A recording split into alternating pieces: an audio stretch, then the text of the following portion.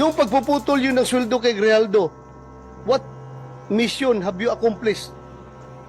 Meron kayo mission na na-accomplish doon? Nagsusuot kayo ng uniforme na yan. You're wearing that badge. You're wearing that badge. You stand for what is written on that badge. Ha? Huwag kayong patuta-tuta sa mga politiko, ha? Ha? Yung mga politiko na yan, hindi yan nagtitraining. Ha? Kayo, nagtraining kayo. Yung sweat, blood, and tears ay nagsipaglabasan sa inyong katawan dahil sa training na yan. At gaganunin lang kayo. With regards to Colonel Grijaldo po, sir, it may po meron mga reasons kung bakit yung sinasabi niyo po, sir, na naputulan siya ng sahod. It may be the resource person, si Colonel Uliciano. Hindi po niya alam yun, sir, Your Honor. What is behind my statement? It's yung aking pagiging pulis. Ha? Kasama niyo ako. Hindi ako outsider ng PNP. And I love the PNP. Hindi. Yung pinaggalingan ng mga pinagsasabi ko, hindi. Dahil nasa kabilang bakod kami ng politics. Wala. At akin dito. Ano yung uniforme na sinusuot ninyo at willing kayo na mamatay sa uniforme na yan. Yun ang aking sinasama ng loob, Kenneth. Ha? Huwag ka magsabi ng political. This is not all about politics. This is all about the PNP as an institution na you should look out for the welfare of your people. Yun ang kinasama ng loob ko.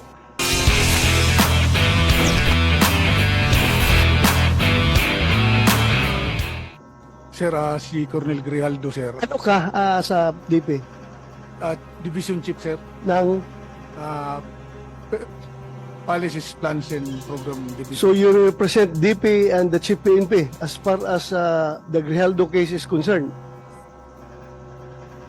Am I right? Sige, sagutin mo lang yung mga tanong ko. Sige, anong sasabi mo? Colonel Grijaldo, sir, is considered allowed, sir. Allowed, automatic leave of absence without pay, sir. Why? Na-contempt siya, sir, so hindi siya makapagtrabaho. And I don't know, sir, kung may order na rin siya, sir, as allowed. Hindi ba nyo titingnan na double whammy yan on the part of Grijaldo? Sobrang injustice na yan sa kanya. He's suffering from injustice sa pagkakulong niya ngayon for telling the truth. Dapat ang PNP, you should be proud of him for standing for what is right and for standing for the truth. Dapat na kayo consider yung bayani yung si Colonel Grijaldo dahil hindi siya nagpapatinag eh.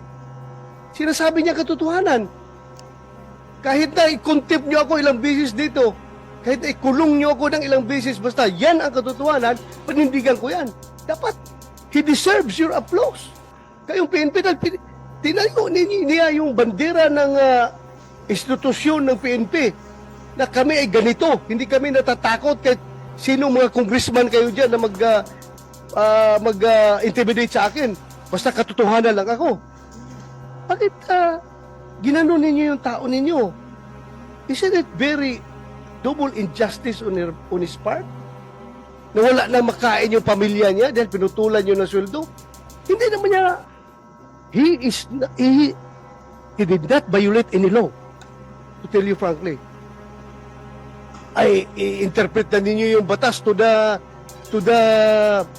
detriment of your people? Ganun ba yun?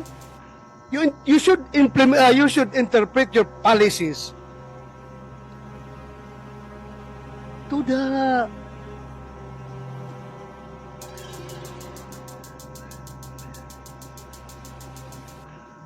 advantage of your people. Tingnan mo, you should be liberal enough to interpret your own policies. Hindi yung porke nagkakulong, i-apply ka agad yung no work, no pay. I-apply ka agad ninyo yung, ano ba yung policy natin dyan pag nakakulong? Eh, Sabi niyo, yung incarcerated na tao or one is automatic, putol ang kanyang sweldo. Kawawa naman yung tao. Yung ginagawa natin yung policy na yan, ha? The intent of that policy is to make sure na yung mga eskalawag na pulis natin na nakakulong ay hindi na mag-enjoy sa sweldo niya. Is Grijaldo eskalawag. Kahit for purposes of discussion. Sabihin ko, isa, wala kami magawa. Yan ang polisiya natin. No work, no pay. At kapag incarcerated, putol ka ng sweldo. But still, dapat may puso kayo sa tao ninyo. Kung nangyari sa'yo yung ginawa kay Grijaldo, anong sabihin mo? Sige nga, I would like to get your opinion. Sige, you open the mic. Ikaw, nagsasabi ng totoo sa isang congressional hearing. Kinuntim ka, ikinulong ka. Ngayon, nakakulong ka na, pinutulan pa na PNP yung sweldo mo. Wala ka ng pagkain yung pamilya mo dahil wala ka ng sweldo. Yes, sir. Ano masasabi mo? Sir, I think I will have the same sentiments with Colonel Grijaldo. Correct. Yes, sir. Particularly that he is my classmate, sir. Oh, so your classmate. Huh?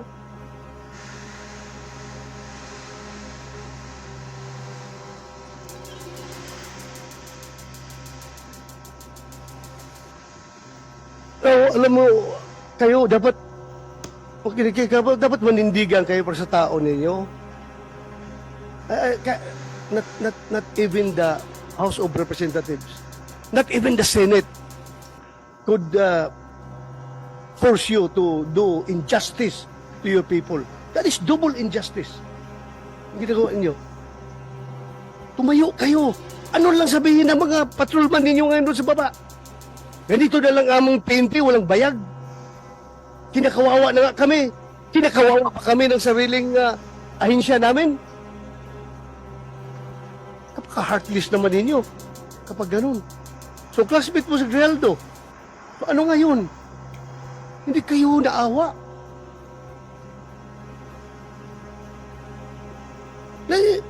Then, I would like to acknowledge the presence of Senator JB.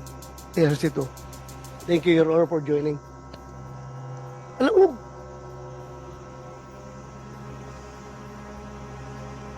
that is why I required the Chief PNP to be here. I would like him to explain his side properly. Dapat.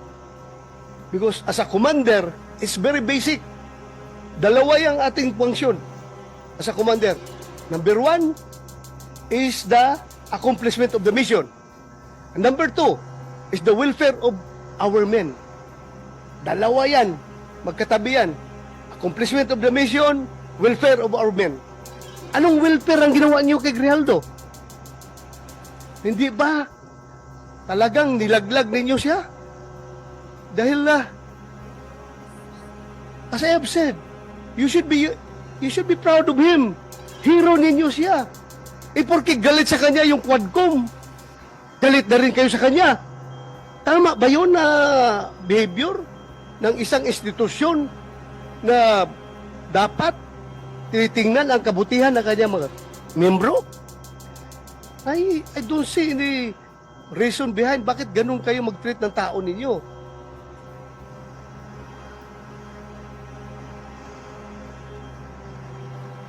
Yes. Can we get your opinion? Your Honor, with respect to the actions of the House of Representatives, unfortunately, that's beyond the jurisdiction, Your Honor, of the Internal Affairs. We don't have an active. That meron kayong control doon sa Quadcom. Wala kayong control, but you have control to your own policies sa pag-apply niyo sa tao niyo, sa polisiyan niyo. Yes, Your Honor. To that end, Your Honor, we have not, so far as Internal Affairs Service is concerned, we have not instituted or recommended as of yet, Your Honor, any disciplinary action arising from the proceedings in the House of Representatives, Your Honor. Please tingnan ninyo mabuti yan. It's time for you to show to the world that the Philippine National Police is indeed an institution that takes care of its own people. Huwag naman ninyong ganyanin yung tao ninyo. Ikinungulong na nga.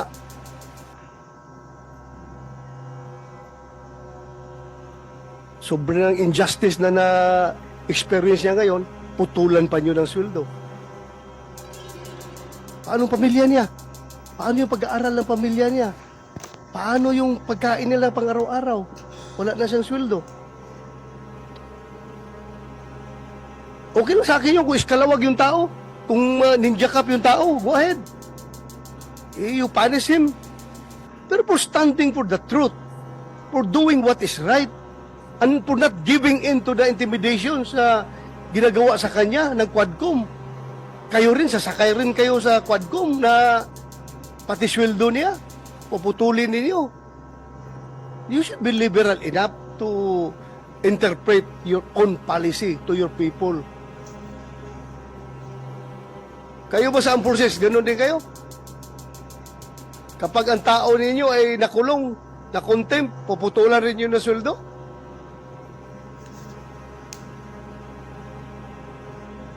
Anybody from the armed forces can speak up? General Mortelo, sir, from the Yes. AFP. In our case, sir, it's all based on the legal requirements of to discipline our people. So it's all within the bounds of policies within the organization. We have yung tinatawag namin, sir, na the right of the commander to institute punishment. So meron sa the AW 105, sir. So any commander, even down to the smallest unit, can impose punishments based on the to institute discipline within the organization. So hindi basta-basta. Meaning, the commander still has the discretion. Yes, sir. Yeah. Discretion, yan ang pinaka-magic word yan. Discretion mo yan, being the commander. Nakita mo yung sitwasyon ng tao mo. May discretion ka. Di ba? Yes, sir. Alam natin, paglaban natin mga tao natin. May mga tao tayo na hinaharas ng mga politiko doon sa baba. May mga tao tayo na kung ano-ano na pinagpapail na kaso. Ito, kaso talaga sa korte, ha? Harassment cases dahil nga, ako mismo, may mga kaso ako noon na harassment cases from politicians because hindi ako nag-give in sa kanilang kagustuhan, sa kanilang pansariling kagustuhan. Hindi ako nag-give in. Kinasuhan ako. Pero, at least ang PNP namin noon ay hindi ako pinutulan ng sweldo. May kaso nga ako eh. Pero hindi ako pinutulan ng sweldo. Dahil nakita naman ng PNP leadership na itong tao na ito nagtatrabaho lang. Nasagasaan ang politiko. Ngayon, nagalit ang politiko, rumisbak, kinasuhan. So bakit ko puputulan ng sweldo itong tao na nagtatrabaho? Sa taong matino. You have the discretion being the commander. And your discretion, using your discretion, you should consider always accomplishment of the mission and welfare of your men. Yung pagpuputol yun ng sweldo kay Grijaldo, what mission have you accomplished? Meron kayo mission na na-accomplish doon? Wala. Wala. Yun lang po. Nandito kayo mga pulis, makinig kayo. Ha? Nagsusuot kayo ng uniforme na yan. You're wearing that badge. You're wearing that badge. You stand for what is written on that badge. Ha? Ipaglaban ninyo yan. Huwag kayong magpaitoy-itoy sa mga politiko. You know what I mean? Ha? Huwag kayong patuta-tuta sa mga politiko, ha? Ha? Yung mga politiko na yan, hindi yan nagtitraining. Ha? Kayo, nagtraining kayo, yung sweat, blood, and tears ay nagsipaglabasan sa inyong katawan dahil sa training na yan at gaganunin lang kayo.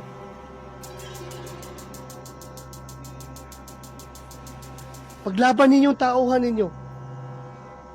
My God, if I were the Chief PNP at this time, I don't know.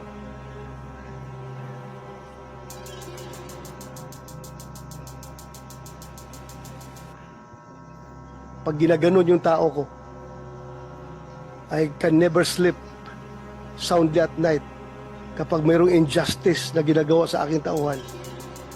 More so, the injustice is coming from my own institution itself. Sabi ko kasi magpakamatay ako para sa aking tauhan kapag ginaganyan yung tao ko.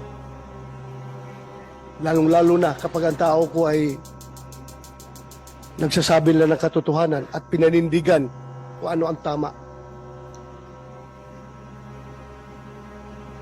DP, you relay my messages to your to the DP, and to your Chief PNP.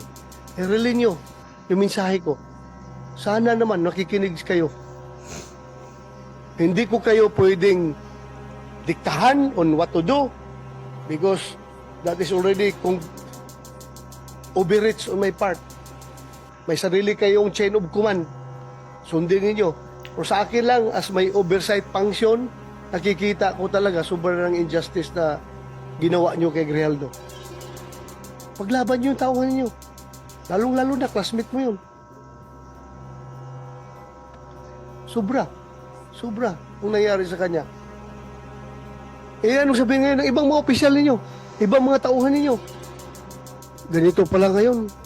Hindi pala ako kayang dipinsahan ng aking sariling institusyon kapag ako'y lumalaban sa tama at sa katotohanan. Hindi pala ako kayang dipinsahan. Bagkos ako pa'y pinutulan ng sweldo. Ano makakain ng pamilya ko kapag ganun? Makonsensya naman kayo. What happened to Grijaldo may happen to you. Pwede mangyari sa inyo yan. At kapag ganun kayo ka-weak as an institution, I don't know what will happen to the PNP. Lumaban kayo. Labanan ninyo yung tama. Huwag kayong magpa-kuhan dyan. Yes. Sir, I would like to inform the Honorable Senator that the PNP is apolitical po, sir. With regards to Colonel Grijaldo po, sir, it may be meron mga reasons kung bakit yung sinasabi niyo po, sir, na naputulan siya ng sahod. It may be the resource person, si Colonel Uliciano, hindi po niya alam yun, sir, Your Honor. So, baka may mga reason naman po, sir. Alam Thank you, ko, sir. reason, no work, no pay. Yun nga, but what I'm telling you is about the welfare of your men, that you should be liberal enough in implementing your own policies. Tingnan yung kabutihan ng tao.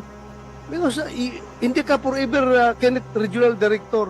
May chance rin na mangyari sa iyo yan. At kung pag nangyari sa iyo yan, what will you feel? Yung inostisya. I am not telling you to PNP to be political. We're not talking about politics here.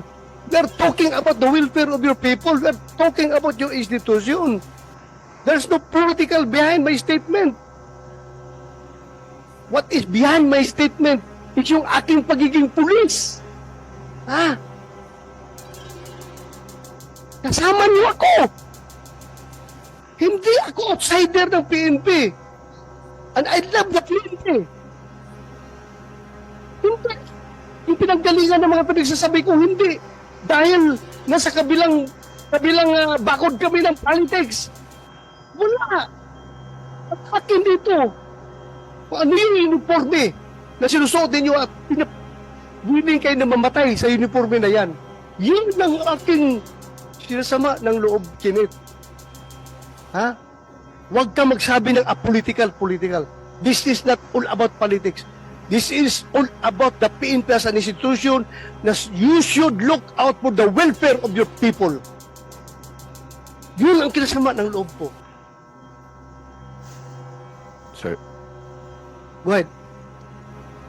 Sir, kami nga po ay nagpapasalamat dahil kasama niyo po kasama namin po kayo, sir, as the former chief PNP. However, ang sinasabi ko po, sir, baka naman itong si Colonel Ulicanio, hindi niya alam yung underlying circumstances kung meron pang dahilan kung bakit po naputulan ng sahod si Colonel Grijaldo. Yun lang po, sir. Then inform us kung ano. Huwag tayong ilatag natin ang baraha. Ilatag natin ang baraha kung bakit talaga ninyo ginanon yung tao. Tanungin natin.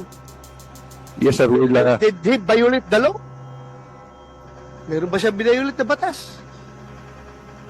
Yung pagka-contempt niya, kasalanan ba niya yun? Kasalanan ba niya? I'm sure all of you were watching the proceedings. Kasalanan niya kung ipagtayo niya yung katotohanan? Panindigan niya yung katotohanan? You want to say something? Yes, sir. Based on our policy, sir, yung allowpay po kasi, sir, once hindi siya makapag-perform, katulad nung nakulong, sir, so, he will be issued orders as allowpay, sir. Then, corresponding to that, yung salary niya, sir, talagang puputulin din based on the... Wala akong question dyan. Alam ko may mga policy na ganyan. What I am telling you about is how you interpret your policies. Maawa naman kayo sa tao ninyo. Yun lang sa akin. Welfare of your men. Yun lang sa akin. Ha? I hope you get me right. I hope. Hindi ko sinasabi na pag walang tapon niyo yung mga policy ninyo dahil ginawa yan, may rason yan. At ang rason yan, I should be clear to you. Bakit dating ginawa yan?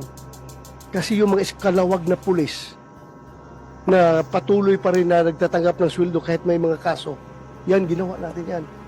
Pero in the case of Grijaldo, dapat sabi ko nga sa inyo, dapat marunong kayo interpret your own policy to your advantage. Kayo, advantage ninyo sa inyo. Huwag naman na ganunin yung tao ninyo. So, yeah, you want to say something? yes, sir. Sir, we will submit ASAP, sir, yung documents regarding Colonel Grijaldo, sir, to your office. And we will also inform yung office concerned, Your Honor. Thank you po. Thank you. Salamat.